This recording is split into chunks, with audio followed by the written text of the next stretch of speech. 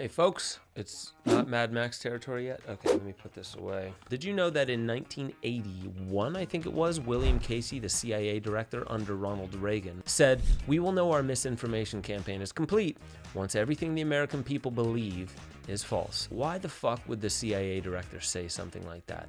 I will not stand by and see the children of America corrupted by those bastards. Probably because economic growth is the number one thing that holds up our civilization. Started 10, 12,000 years ago. Economic growth.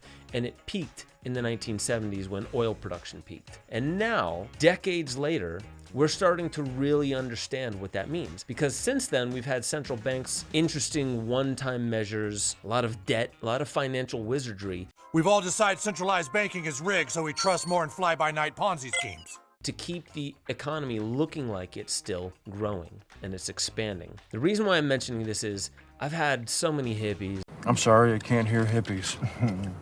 So many pseudoscientific self-help gurus that say, man, you used to be so spiritual and now all you're talking about is like all this like Chicken Little shit. Sky is falling, man.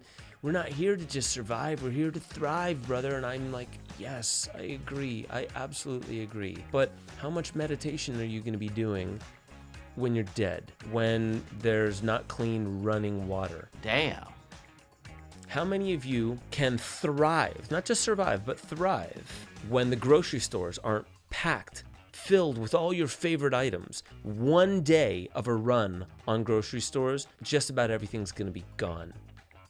If there's a real run. Same with the banks. And by the way, did you know a couple banks have been failing because of Fed rate hikes? I won't get into the nuances of it, but can you thrive without running water, without stocked grocery stores, without central air, heating and cooling systems, without real community that you know and you've talked to and you have seeds and gardens and you already have the know-how of the pests that can destroy your gardens? And first and foremost, most importantly out of all those, can you thrive without Wi-Fi?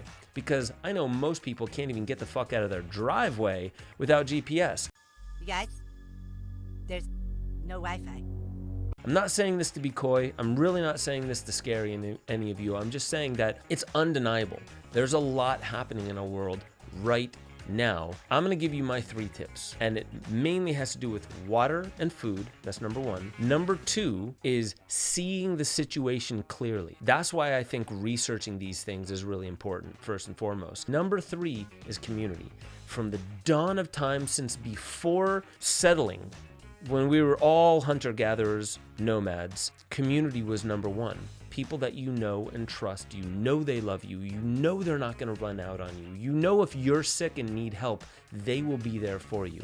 That's community, not just family, real community.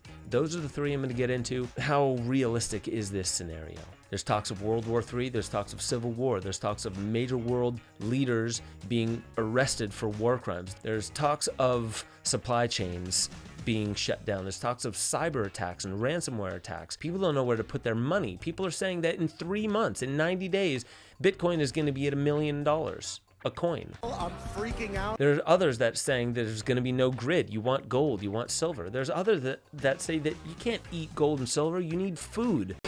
I don't know, you tell me. Oh.